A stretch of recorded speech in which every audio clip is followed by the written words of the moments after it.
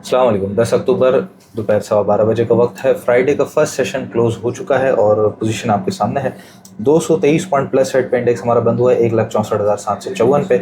और आज के दिन का जो लो लगा है इंडेक्स का वो 2119 पॉइंट है और हाई 609 पॉइंट गई थी। अभी तक जो टॉप कंट्रीब्यूटर्स हैं उनकी सिचुएशन में देखें आप तो एफएफसी ने सबसे ज़्यादा पॉइंट्स ऐड किए जिसकी वजह से थोड़ी इंडेक्स में रिकवरी नजर आई है। फिर कुछ मीज़ान बैंक वापस आया, पीटीसी, हब पावर, टीआरजी ये ज़रा पॉजिटिव साइड पे है। माइनस साइड पे Engro H, MCV, HBL, systems, bank Alfalah, तो ये पोजीशन सारी आज के दिन में हमें नज़र आ रही है।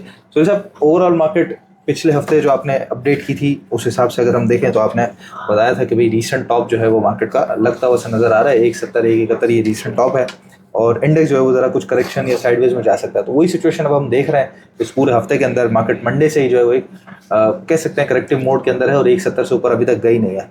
अब 169 से ऊपर नहीं गई तो एक लेवल ऊपर की तरफ तो डिफाइन हो गया, नीचे की तरफ आ रही है। आज फिर नया लो लगा दिया तो नीचे की तरफ कौन सा लेवल नजर आ रहा है फिलहाल? सबसे पहले तो छोटे चैनल में बात कर लेते हैं। जो मैं बोल रहा था कि जो 170 टॉप, ये नहीं, मैं कह रहा था कि कंटिन्यूस बेसिस पे टॉप पे ट्रेड कर रही है। जी जी, कोई टॉप हमने डिफाइन नहीं किया था, लेकिन क्योंकि ज़रूरत है कोई चीज़ टॉप पे जाती है फिर नीचे आती है फिर टॉप पे जाती है, तो 15 मिनट पे वो टॉप चलता था और यूं यूं चल रही थी ना मार्केट जी। अब ये जो इंडेक्स यहाँ पर जब यहाँ पर से गिरना शुरू हुआ है तो ये आप देखें ना, पहले तो साइडवेज होने की कोशिश की, फिर नीचे आके सेटल हुआ, फिर साइड होने की कोशिश की और पिछले 2 दिनों में जो थोड़ा सा डाउन ट्रेंड हो गया। बिल्कुल ठीक। प्रॉपर एक जो है वो स्ट्रक्चर बना हुआ डाउन ट्रेंड का, जिसके अंदर से ये जो गैप है वो फिल करने के बाद ये सपोर्ट लेवल्स को ऑनर किया है और बड़ी स्पीड से मार्केट ने रिकवरी दी है। और हम ये कह सकते हैं कि एक नया चैनल पुराने से लेके चले तो ये स्ट्रक्चर क्रिएट हो सकता है अगर ये एक 65,500 से ऊपर क्लोजिंग दे दे। तो अगर ये क्लोजिंग दे दी तो फिर हम आहिस्ता आहिस्ता चीज़ों को यूं यूं करता हुआ 174 पे देख सकते हैं। ये जो आपका जो आज का जो सपोर्ट लेवल था 63,200 खास तौर पर बड़ा लेवल था, क्योंकि 63,200 भी यहाँ पर नज़र आ रहा है हमें गैप के बाद। ये और ये जो लेवल है अब ये बिल्कुल लास्ट स्पॉट्स हैं, अगर ये टूटते हैं तो फिर हमें 58,900 को देखना पड़ेगा। तो दोनों साइड है, क्योंकि मार्केट में अभी तक मजबूती आज का दिन बेहतर नज़र आ रही है। ठीक है। जो आज का दिन जो विग है ना, जो बड़ी स्पीड से रिकवरी हुई है वो शो तो कर रही है जो स्ट्रेंथ, लेकिन फिर भी क्योंकि मार्केट अभी भी फ़िलहाल वक्ती तौर पे थोड़ा सा करेक्टिव मोड में आई थी, तो हम 100% शो नहीं कर सकते अनटिल अनलेस कन्फर्मेशन हो जाए। मैं तो इस बात पे बिलीव कर रहा हूँ कि किसी किस्म की कोई घबराहट वाली बात नहीं है। स्टॉक में बहुत जगह है, अगर स्टॉक्स में जगह है, एफएफसी में, माड़ी में, पीएसओ में, तो ज़्यादा पॉइंट को पुश करेगी और इंशाल्लाह ये आपको अगले हफ्ते में या आज ही क्लोजिंग बेहतर नज़र आएगी। और अगर किसी किस्म की कोई ना कोई करेक्शन होती भी है तो मुझे नहीं लगता कि घबराने वाली ज़रूरत है, क्योंकि एक सिर्फ एक सेलिंग प्रेशर था और जो इंडिकेटर्स थे वो एडजस्टमेंट हो रही थी और वो मामूली जो प्रॉफिट टेकिंग है ये होनी चाहिए थी, मार्केट के लिए हेल्दी है। हम कह सकते हैं कि ये हेल्दी करेक्शन थी, इसमें कोई पैनिक वाली बात नहीं। बिल्कुल ठीक है। जो असल में एक मिनट में आपको रोकता हूँ, सबसे बड़ी जो बात हम पिछले हफ्ते कर रहे थे ना वो ये था, ये वाला सिलसिला कि मार्केट टॉप लगाती थी जी, फिर नीचे आती थी, फिर टॉप लगाती थी, फिर नीचे आती थी, फिर टॉप लगाती थी। तो ये वो लेवल था जहाँ पर हमने आप सबको मोहतात होना शुरू कर दिया था। ये पहला टॉप था, सही। फिर नीचे आई थी, फिर टॉप गई, फिर परेशान किया, फिर इसके बाद सीधी गई है, देखा सीधी गई है और फिर ये वापस नीचे आई। तो ये भी हो सकता है डे पे कि मार्केट यूं यूं करती हुई साइड में होती, किसी ना किसी तरह अपने आप को यहाँ मेंटेन करे, क्योंकि जो सेवियर है वही 58,000 देखे निकल रहा है। बिल्कुल जो 15 मिनट पर निकल रहा है, क्योंकि अगर यहाँ सपोर्ट पे अगर सस्टेन नहीं करती, जो ये सपोर्ट पे मार्केट ने सपोर्ट दिए जहाँ पर जो मार्केट नीचे आकर यहाँ पर ठहरती, तो अगर ये मार्केट इस लेवल को सस्टेन कर जाती है तो आगे हम 74-75 की रैली देखेंगे, नहीं तो फिर हम इवेंचुअली 159 का लेवल देखेंगे। ये प्रॉब्लम होती है जब हम बात करते थे ना कि यार लोग समझते नहीं हैं कि हम जब नीचे बॉटम पे दिला सकते हैं ये पूरे लेवल पे, ये पूरे लेवल पे एक्यूमुलेशन थी। देखो यहाँ पर हम टारगेट की शीटें लगाते थे, लोग आके बताते थे कि जंग से नहीं डरना, आपने टैरिफ वॉर से नहीं डरना, और जो लोग जानते हैं हमने बहुत से स्टॉक्स लोगों को बताया।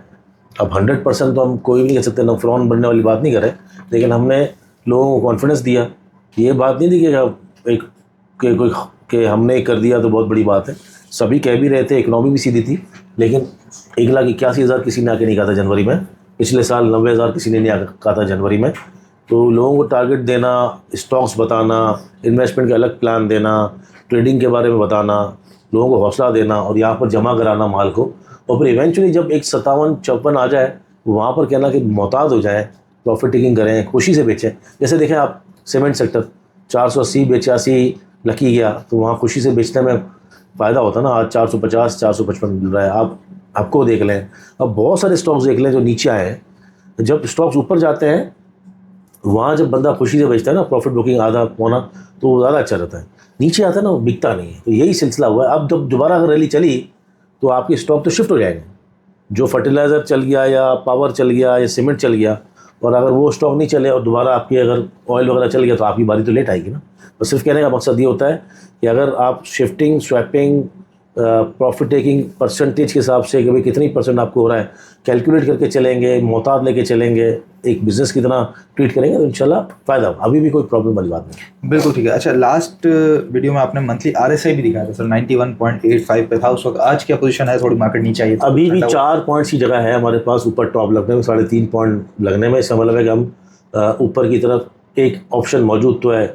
अदरवाइज हर जगह जो है ना, ये लेवल जो है ओपन है 159 के। ठीक है। कि भाई यहाँ पर मार्केट अगर रेजिस्ट करती है 166 165 500 पे और ट्रेंड लाइन को नहीं तोड़ पाती, तो हम नीचे का रास्ता दोबारा देख सकते हैं। 90.5 है अभी भी, और 94 में 3.5 की जगह है। लेकिन कॉशियस अप्रोच के साथ ही काम करना चाहिए। ईदर देयर और देयर, दोनों तरफ हो सकता है।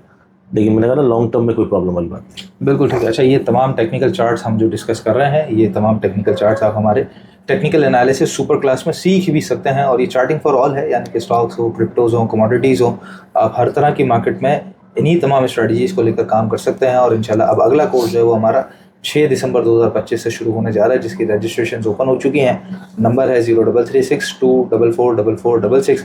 व्हाट्सएप पर रब्ता कीजिए, तफसीलात लीजिए और अपनी रजिस्ट्रेशन लाजमी करवाइए। डॉक्टर मसूद राशिद साहब खुद क्लासेस को जो है वो लेके चलते हैं, और 6 दिसंबर से ये तमाम क्लासेस शुरू हो रही हैं, जहाँ पे इस तरह के तमाम टेक्निकल चार्ट्स आप भी सीख सकते हैं और लेवल्स निकाल सकते हैं।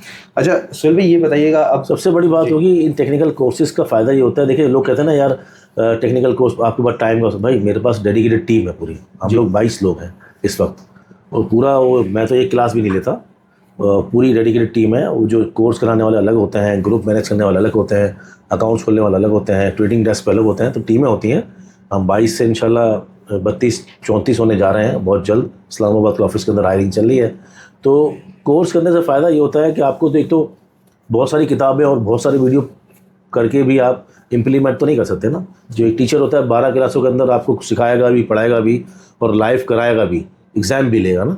और ऊपर इसके बाद जब आपको कॉन्फिडेंस बढ़ जाएगा ना, आपको पता चल जाएगा ठीक है 100% रिजल्ट नहीं आते कभी भी किसी ट्रेडिंग में, लेकिन आपकी प्रॉफिटेबिलिटी बढ़ जाएगी, चांसेस बढ़ जाएंगे। बड़े टारगेट, बड़ी स्विंग, छोटा लॉस कैसे निकलना है, स्टॉप लॉस बेसिकली कॉन्सेप्ट क्या है, रिस्क मैनेजमेंट क्या है, तो पूरा जो बिजनेस है उसका मॉडल सीख जाएंगे। सबको करना चाहिए, बाकी सबकी मर्जी है। बिल्कुल ठीक है। अच्छा सुहेल भाई, ये बताइएगा, फीपीली भी हम पिछले 3-4 दिन से कंटिन्यूसली देख रहे हैं। कल रात तक भी अगर हम देखें, गोरा एक सेलिंग साइड पे कंटिन्यूसली नजर आ रहा है। दूसरा जो ज़्यादा माल बेच रहा है वो इंश्योरेंस बेच रहा है। म्यूचुअल फंड और जो इंडिविजुअल्स हैं वो कंटिन्यूस बाइंग की साइड पे है। तो ये पोजीशन डेली बेसिस पे जो चेंज हो रही है, क्या चेंज ऑफ हैंड्स देख रहे हैं, ट्रेडिंग है, या क्या लेवल है कि माल जमा किया जा रहा है? क्या पोजीशन वैसे आपको क्या नजर आ रहा है फीपीली के अंदर? यार वही बात है जो हमने पहले की, खुशी से बेचते हैं। ठीक है। तो इंश्योरेंस ने भी 240 रुपये में आपको बेचा खुशी से। ठीक है। और नज़र आया कि भाई हाँ पावर में बेचा, या कोई भी स्टॉक अगर वो बेचा है, जैसे PSO बेचता है या सुई नॉर्दर्न बेचता है 140 रुपये पे, या साउदर्न से निकलता है जी, तो उसकी अपनी मर्जी है, वो प्रॉफिट बुक करते हैं। वो नीचे के लिए हुए थे इन्होंने, गोरे नोट्स ने, और सामने वो दूसरे स्टॉक ले रहे थे। आपको पता थोड़ी चलता है किस को क्या ले रहे हैं। सिस्टम लिमिटेड है, अब शायद उन्होंने बेचा 170 65, तो अगर हम 170 को 5 से मल्टीप्लाई करें जी, तो ये तो 800 रुपये हो गया ना भाई, 850 रुपये हो गया। तो सिस्टम जो है स्प्लिट से पहले 400 क्रॉस नहीं करता था, 450, 400, 850, 500। तो आप अगर 800 में बिक रहे हैं, 850 में 170 का हिसाब 850 रुपये बन गया, तो वो प्रॉफिट बुक कर रहे होंगे अपना। तो जो चीज़ें कोई अगर हर आदमी कैलकुलेट के हिसाब से कि कितना परसेंटेज उसको बच रहा है, तो इंश्योरेंस हो, म्यूचुअल फंड्स हो, कोई स्टॉक उनको सस्ता लगेगा तो लेंगे, कोई महंगा लगेगा तो बेचेंगे। ये मार्केट ही लेने बेचने का नाम है। अच्छा बिल्कुल ठीक है। अच्छा लास्ट वीक हम बात कर रहे थे सुबह, तो उस वक्त जुमेरात वाले दिन बैंक्स ने बहुत सारे पॉइंट्स बढ़ा दिए थे, 2,500-3 हज़ार पॉइंट। उसके बाद नेक्स्ट डे हमने देखा कि रिफाइनरीज बहुत अच्छी चल रही थी। अच्छा सबसे पहले तो बैंक्स का बताइएगा, इस हफ्ते ज़्यादा पॉइंट्स जो निकाले हैं वो बैंकिंग सेक्टर ने निकाले हैं, तो क्या बस एक रिसेंट टॉप इनका लग चुका, अब रिजल्ट के बाद दोबारा गेम शुरू होगा, या बैंक्स में किस तरह देखना है पोजीशन अब? देखो बैंकों की तो जो बुक वैल्यू है और बैंकों का जो ROI है, ROE है इनका, जो इनका आई थिंक कि ये बैंक्स अभी भी मुझे लगता है कि यहाँ से डबल हो जाएंगे। ठीक है। लेकिन कल ही नहीं हो जाएंगे। सही। मतलब अगर आप अब यहाँ पर लोग अगर एक्यूमुलेशन शुरू करते हैं, ख़ासतौर पे जो बड़े बैंक्स हैं, मीज़ान बैंक, फैसल बैंक, हम तो ये 2-3 बैंक कह सकते हैं बैंक इस्लामी के नॉन शरिया में जो लोग काम करते हैं, BOP, नेशनल बैंक, हबीब बैंक, बहुत पोटेंशियल है बैंकों में अभी भी। एक तो दोनों तरफ कमाते हैं ना ये। सही। इंटरेस्ट बढ़ता है तब भी कमाते हैं, इंटरेस्ट गिरता है तो लेंडिंग करके कमाते हैं। तो ये तो इनके तो दोनों हाथों, सारे हाथ जो है उंगलियां घी में और सर कढ़ाई में है। और वैसे इतने बड़े हो गए इनके फंड वगैरह, और इतने पुराने बैंक हैं, इतना सॉलिड इनका पेडअप कैपिटल वगैरह हो गया, तो ये तो इनके तो मज़े ही मज़े हैं। तो इवेंचुअली मुझे लगता है कि ये बैंकों में इन्वेस्टमेंट वक्ती तौर पर अगर तंग भी कर दे कोई मसला नहीं है, सेफ एंड साउंड है, सॉलिड कंपनीज हैं और इवेंचुअली डबल हो जाएगी। ठीक है, मतलब ये जो तीनों जो इस्लामिक बैंकिंग है हमारी, फैसल बैंक, मीज़ान बैंक और बैंक इस्लामी, तीनों अब भी ले सकते हैं और यहाँ से डबल के चांसेस आप देख रहे हैं? देखिए बैंक इस्लामी तो एक बैंक चलता है तो उसके पीछे चलता है, उसकी अपनी शायद परफॉर्मेंस उतनी अच्छी उस पर नहीं है क्योंकि ऑलरेडी डबल वो हो चुका है और मैं उतना उसको फॉलो करता नहीं। ओके। तो मैं ज़्यादा बता नहीं सकता। हाँ अलबत्ता मैं मीज़ान बैंक और फैसल बैंक मैं ज़रूर लोगों को कहूँगा कि इन्वेस्टमेंट करें, इन्वेस्टिंग करें और स्लोली ग्रेजुअली जमा करें, क्योंकि आपका देखें ना UBL और मीज़ान बैंक कभी किसी वक्त एक साथ होते, एक जैसा रेट होता था जी बिल्कुल। और अब UBL जो है तकरीबन डबल हो चुका है मीज़ान के मुकाबले, ऐसे ही अगर स्प्लिट कर दें तो फैसल बैंक है, हबीब बैंक वगैरह, मतलब अगर देखें तो दोनों स्टॉक ऐसे हैं जो एक तो पे आउट भी करते हैं सही और अच्छी इन्वेस्टमेंट साबित हो सकती है। और इंशाल्लाह पाकिस्तान का अभी इकनॉमी तो शुरू ही कहाँ हुई, तो बैंकों का बड़ा अहम रोल होगा उसमें, तो इन्वेस्टमेंट करनी चाहिए। ठीक है। अच्छा, रिफाइनरी के बारे में मैं आपसे बात कर रहा था, पिछले जुमे को रिफाइनरीज ने बड़ा अच्छा परफॉर्म किया। आज की पोजीशन या इस वीक की पोजीशन देखें तो रिफाइनरीज उस रेट से काफ़ी डाउन पे तीनों रिफाइनरीज जा चुकी। PRL थोड़ा आज रिकवरी किया, तो रिफाइनरी में क्या रीटेस्टिंग है या बस एक ट्रेड का दिन था वो ख़त्म हो गया? ज़्यादा करेक्शन तो नहीं है अभी। देखें तो अगर हम 2 रुपये नीचे अपने हाई से PRL अभी 40 रुपये का हाई बनाया था, 41 रुपये का, 2-3 रुपये 8 आने तकरीबन माइनस है। सिनर्जी आपको 20-25 रुपये, मतलब कोई 2-3% के करीब माइनस है, तो ठीक है। अभी इतनी जितनी मार्केट की उसमें इतना तो बनता है, कोई प्रॉब्लम नहीं, वापस चल जाएंगे। ये रिफाइनरी के अंदर गैस नज़र आ रही है। बिल्कुल ठीक है, लास्ट वीक भी रिकमेंड किया था आपने। अच्छा, इन्वेस्टमेंट के हवाले से अभी आप उसमें बता रहे थे कि बैंकिंग सेक्टर में 2 स्टॉक आपने रिकमेंड किए, फैसल बैंक और मीज़ान बैंक, इन्वेस्टमेंट के हवाले से। अच्छा, अब इन्वेस्टमेंट के हवाले से लास्ट वीक हमने अपनी शीट्स भी बताई थी सारी कि उसके अंदर टारगेट्स वगैरह सब हिट हो गया, और फिर अब फिलहाल हमने नई शीट तो कोई भी नहीं निकाली। तो इन्वेस्टर जो है, ज़्यादातर ये बात आ रही है मार्केट के अंदर शॉर्ट टर्म ट्रेड करें, आप स्विचिंग स्वैपिंग कर लें, घूम जाए मार्केट के अंदर, तो क्या इन्वेस्टमेंट की अभी भी मजीद जगह है? अभी भी कुछ ट्रेडिंग और इन्वेस्टमेंट दोनों अलग चीज़ है ना। जिसको इन्वेस्टमेंट करनी है तो हमने कल परसों भी वीडियो बनाई। इन्वेस्टमेंट का मतलब है इन्वेस्टमेंट पर टिका तो रहे ना। ठीक है। इन्वेस्टिंग का मतलब ये थोड़ी होता है कि आज का 2 रुपये बढ़े तो मैं बेच दूँ, 8 आने गिर गया तो मैं निकल जाऊँ। जो इन्वेस्टमेंट करने वाला वो इन्वेस्टमेंट करता है, वो इधर उधर पूछता नहीं कि मेरा स्टॉक क्या होगा। अगर आप अपने स्टॉक को बढ़ रहे हैं या गिरने के बाद पूछ रहे हैं तो आप इन्वेस्टर नहीं है। ठीक है, तो इस चीज़ को मान लेना जी। और इन्वेस्टमेंट जो है वो हर दौर में होती है, हर रोज़ होती है। आपने बिल्कुल जो टॉप पिक्स है ना, हर सेक्टर की टॉप पिक्स होती हैं, मतलब top of the line companies. जी जी। माड़ी पेट्रोलियम PPL, OGDC ले लें या माड़ी OGC ले लें या माड़ी PPL ले लें। जी बिल्कुल ठीक है। अटक रिफाइनरी हो, पाकिस्तान रिफाइनरी, ठीक ठीक। PSO और अटक पेट्रोलियम, चाहे तो SNG पे ऐड कर लें, तो ये आपका पूरा ऑयल कवर हो गया। सही है। फर्टिलाइज़र में आप आएंगे तो FFC, EFT, जी ठीक है। फिर उसके अंदर फातिमा एडिशनल है। फिर इस तरह अगर आप चाहते हैं कि जो फर्टिलाइज़र की होल्डिंग कंपनीज हैं उसमें हैंग्रो होल्डिंग और दाऊद लॉरेंस फूड, ये टॉप क्लास है। मतलब हर सेक्टर में से टॉप क्लास चूज कर लें। लकी सीमेंट है, चिराग सीमेंट है, ठीक है, फौजी सीमेंट है। फूड में आएंगे तो फौजी फूड है, ट्रीट का आपको जिलेट पाकिस्तान के बाद बड़ा एक उसका एडवांटेज है उसको। हाँ, फिर BF एग्रो है। ये 3 कंपनी फूड में हो गई। और बड़ी कंपनी लेना चाहते तो आप नेचुरल फूड है, नेस्ले है। तो इसके बाद अगर आप टेक्सटाइल में जाते हैं तो निशात मिल है। तो सर ये जिस तरह आप टॉपिक्स बता रहे हैं, ज़रा हम कंटिन्यूसली शेयर भी कर रहे होते हैं, अपने ग्रुप पे भी बता रहे होते हैं, काफ़ी लोगों को पता भी है ज़ाहिर बाहर सेक्टर की टॉप। मैं ये पूछ रहा हूँ कि टाइम है अभी भी इन्वेस्टमेंट के लिए, इन्वेस्टर्स के लिए हर रोज़ टाइम होता है। हर रोज़ टाइम होता है। ठीक है। अब ये सोचो ना, एक सवाल पैदा करो अपने दिमाग में कि जो बच्चा आज पैदा होगा जी, वो 15 साल बाद क्या इन्वेस्टमेंट नहीं करेगा?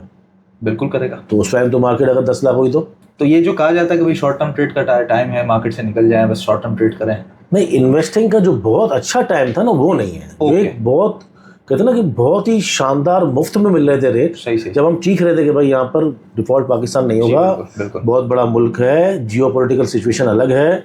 आप लोग उस वक्त तो खैर शायद वीडियो देखते भी नहीं थे ना, तब 3,000 4,000 व्यूज थे ना, लाओ तो बाद में हुआ ना।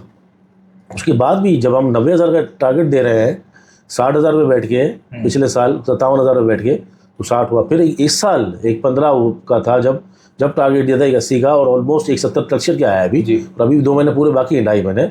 तो जब वो चीज़ें जो रेट थी ना, जैसे जो आप समझो ना, आपके सामने गैल 200 रुपये का था, 250 रुपये का, ये जीशन है 400 का मिल रहा था, अब 900 का मिल रहा है। आप कौन सी FFL 10 रुपये का मिल रहा था, मीजान बैंक OGD हर चीज़ जो है वो सस्ती मिल रही थी, ऑलमोस्ट 90% स्टॉक बढ़ रहे हैं। बिल्कुल। तो आप बड़े प्यार से आपको जमा करना पड़ेगा चीज़ें। ठीक है। अब ज़रा थोड़ा सा मेहनत बढ़ जाएगी, थोड़ी वैल्यूएशन देखनी पड़ेगी, अच्छा ये महंगा तो नहीं है, एडवाइजर्स से पूछना पड़ेगा। अगर आप पैसा लगा रहे हैं तो आपको एडवाइजर्स की मदद लेनी पड़ेगी। फिर ये पूछना पड़ेगा यार कैसे कैसे एलोकेट करते हैं पैसा, फर्टिलाइज़र में, ऑयल में, ऑटो में, कहीं भी बैंकिंग सेक्टर में। तो थोड़ा डिफ़िकल्ट हो गया है। ओके। मतलब कि आप ऐसा हो सकता है कि अगर आपका गलत फैसला है वो आपके पैसे थोड़े लूज कर सकता है या आपके पैसे ब्लॉक कर सकता है। इसलिए थोड़ा सा इन्वेस्टर के लिए थोड़ा टफ टाइम हो जाएगा। लेकिन अगर आप अच्छी स्टडी करते हैं, रिजल्ट्स देखते हैं, जिनकी अर्निंग आ गई, उन पे अगर फ्यूचर का प्रोस्पेक्ट के हिसाब से काम करते हैं, तो इंशाल्लाह अभी भी बहुत से मौके मौजूद हैं। और सबसे आसान ऑप्शन होता है कि अपने सेक्टर की सबसे टॉप कंपनीज है ना, उसके अंदर SIP करते रहें। मतलब कि थोड़ा पैसा डालते रहें। यही कंपनियां जो है वो बाद में यूनिलीवर भी बनेंगी, नेस्ले भी बनेंगी, तो कोई प्रॉब्लम वाली बात इस तरह नहीं है। और लेकिन जो ट्रेडिंग है उसके अंदर जो शॉर्ट टर्म इन्वेस्टर है ना, वो सारे इन्वेस्टर बन जाते हैं। मार्केट गिरती है तो बोलता नहीं हम तो होल्ड करेंगे, तो वो गलत है जी, वो गलत रूल पे चल रहे हैं। ट्रेडिंग का मतलब होता है एंट्री, और आपने एग्जिट लेवल ऊपर का सोचा हुआ होता है या नीचे का सोचा होता है। 2 लेवल डिफाइन होते हैं। सही है। ऊपर बढ़ जाए तो बेच दूँ, नीचे चला जाए तो रोक लूँ, ये ट्रेडिंग नहीं होती। तो ट्रेडिंग के लिए ही हम बोलते हैं ना कि ट्रेडिंग के लिए आपको असल मायनों में जो कोर्स सीखना है जी, वो ट्रेडिंग के लिए ही सीखना है ना जी। ये थोड़ी है कि आपने सिर्फ इन्वेस्टिंग करना तो बहुत आसान है। हाँ, इन्वेस्टिंग पे टिके रहना बड़ा मुश्किल है। बिल्कुल सही कि भाई हाँ मैंने लकी लिया 400 रुपये में, अब लकी 450 हो गया तो बेच दूँ। भाई तो फिर आप इन्वेस्टर थोड़ी हुए, तो आप तो शॉर्ट टर्म ट्रेडर हुए ना। तो पहले अगर अपने आप को डिफाइन कर लें, पहले अपने आप को समझ लें, तो इंशाल्लाह सब चीज़ आसान हो जाएंगी। मेहनत तो हर काम में है भाई। बिल्कुल ठीक है। अच्छा, ये मैं आपको बताता चलूँ जी, ये यूट्यूब चैनल, ये लास्ट वीक की वीडियो हमारी आप देख सकते हैं, स्टॉक PSX का यूट्यूब चैनल। इसके नीचे कमेंट सेक्शन भी होता है, वहाँ पे आपने अपने सवाल भी पूछने होते हैं। आप अप्रिशिएट कर रहे होते हैं, बहुत शुक्रिया उस सबका। हम तमाम कमेंट्स आपके पढ़ते हैं, लेकिन अपने सवालात ज़रूर लिखा करें। हमें पता चले कि हम जिस ऑडियंस से बात कर रहे हैं वो ऑडियंस क्या सोच रही है, क्या उनका सवाल है, क्या कन्फ्यूजन है, तो उसका रिप्लाई फिर आपको नेक्स्ट वीडियो में मिल जाता है। तो कमेंट्स ज़रूर किया कीजिए। और दूसरा कि फीडबैक देना अपना। और दूसरा बड़ी शिकायत है हमें कि भाई आप जितने भी प्लेटफॉर्म्स हमारे, वहाँ अगर आप वीडियोस देख रहे हैं, तो मैं तो बहुत कम कहता हूँ, लेकिन ये सब्सक्राइब करना, फॉलो करना, वीडियो लाइक करना, शेयर करना, ये बात अगर आपको अच्छी लगती है आगे कैसे पहुँचेगी। जब इतने अरसे से जो लोग हमें देख रहे हैं, सालों से 2018 से हम वीडियोस बना रहे हैं, तो जो लोग हमें शुरू से फॉलो कर रहे हैं, टेलीग्राम पे फॉलो कर रहे थे, नया आदमी तो आता है बेचारा, उसको तो नहीं पता होता ना जी। वो तो देखता है मार्केट, TV पे देखता है इंडेक्स बढ़ गया, अचानक आता है यूट्यूब खोलता है तो उसको लगता है यार ये तो नए लोग हैं। उनको लोगों को पता होना चाहिए ना भाई कितने साल से हैं। 7 साल से तो सोशल मीडिया पे हैं जी, 22 साल से तो मैं इस फील्ड में हूँ। मेरे साथ जो आप और मोइज़ वगैरह हैं उनको 8-8 साल हो चुके हैं।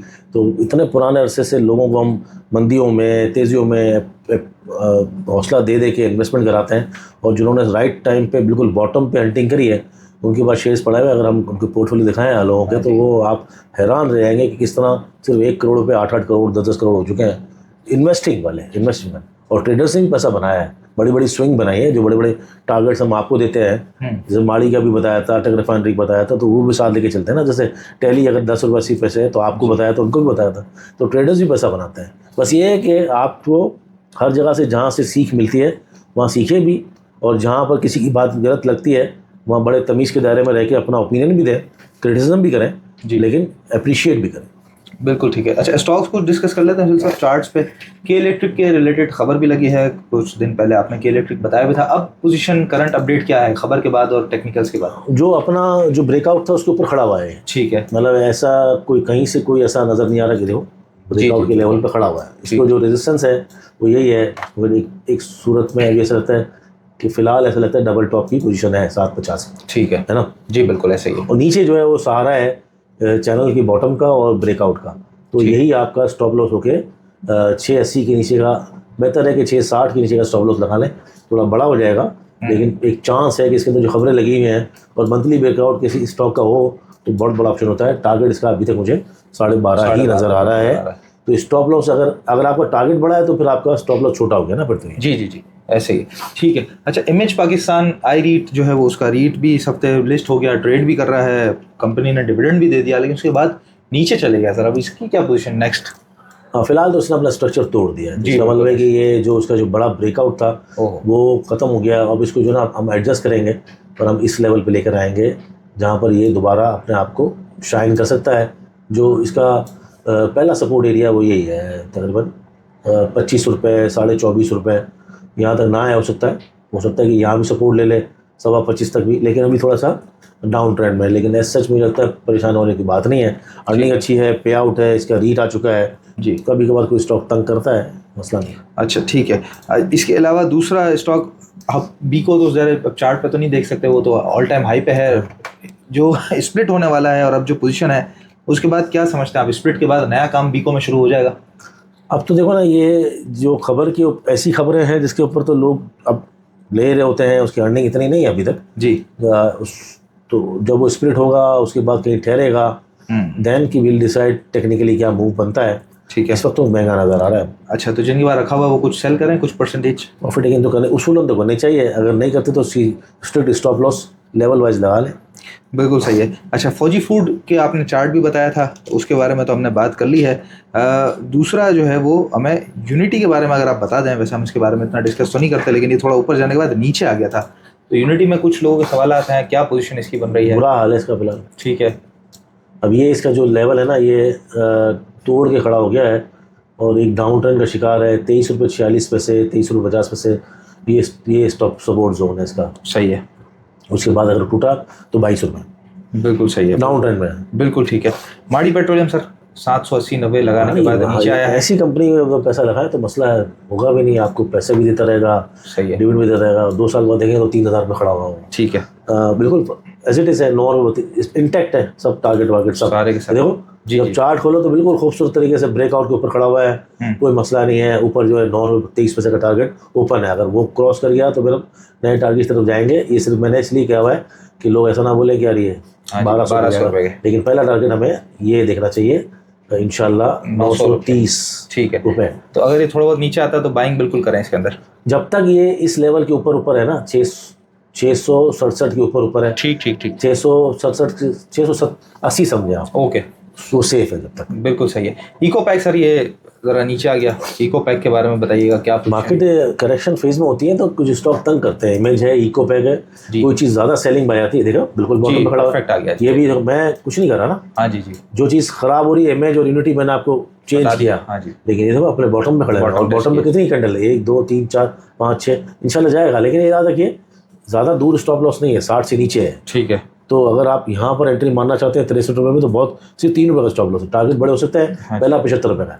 बिल्कुल ठीक है। JVDC के बारे में भी बता दीजिएगा। एक्स हो गया है, एक्स होने के बाद 4 रुपये डिविडेंड दे दिया है, बहुत स्ट्रॉन्ग कंपनी है, अच्छा ग्रुप है। फिलहाल थोड़ा परेशानी है क्योंकि एक्स हो गया 4 रुपये, उसके बाद सेलिंग प्रेशर में है। जो इसका सपोर्ट एरिया नज़र आता है वो आपको यहाँ पर भी चेंज करना पड़ेगा थोड़ा। ये बिल्कुल जिस लेवल पे खड़ा हुआ है ना जी, इस पे अब 2-3 रुपये रहेगा जी, जहाँ पर खड़ा हुआ है 2-3 रुपये। ये पूरा बॉटम एरिया है। बिल्कुल ठीक। 1 2 और 1 2 ये यहाँ से ट्रेंड लाइन चल रही है, थोड़ा हम इसको एडजस्ट करेंगे तो आपको बिल्कुल परफेक्ट आपको बॉटम मिल जाएगा इसका। ये लो जी, बिल्कुल बॉटम नीचे 1 2 3 4। तो ये जो एरिया है पूरा, ये एक्यूमुलेशन एरिया है। टारगेट इंटैक्ट है 110 रुपये के पहले। ठीक है। WGL करीबन 30 रुपये से ऊपर निकल गया था, अब रिजल्ट के बाद नीचे आ गया। आखिरी स्टॉक WGL बता दीजिए क्या पोजीशन है उसकी? WGL के रिजल्ट अच्छे हैं। जो उसकी सारी एसोसिएटेड कंपनी है उनका रिफ्लेक्शन आया है, उसकी बुक में होल्डिंग कंपनी है। यहाँ पर ये जो लेवल है इसका, ये नीचे जैसे कि 25 रुपये 24.5 रुपये अभी करंट रेट, ये पूरा बाइंग जोन है। इसका भी टारगेट इंटैक्ट है 35 रुपये का। बिल्कुल सही है। अगले हफ्ते के लिए किस तरह की मार्केट देख रहे हैं? एक तो लेवल आपने बता दिया, लेकिन उस लेवल के ऊपर जाने के बाद मार्केट फिर कंसोलिडेट करेगी या क्रॉस कर जाएगी एक साथ? अगर आज के दिन अगर एक 6500 से ऊपर क्लोज हो जाती है तो मार्केट अगले हफ्ते एग्रेसिव हो जाएगी। ओके। अगर आज लाल में बंद हो गई तो मामला अगले हफ्ते भी साइडवेज जैसा ही होगा। लेकिन अगर एग्रेसिव वॉल्यूम के साथ करीब करीबी बंद हो गई 1,65,000 से ऊपर करीब करीबी बंद हो गई तो एग्रेसिव हो जाएगा, बुलिश हो जाएगा।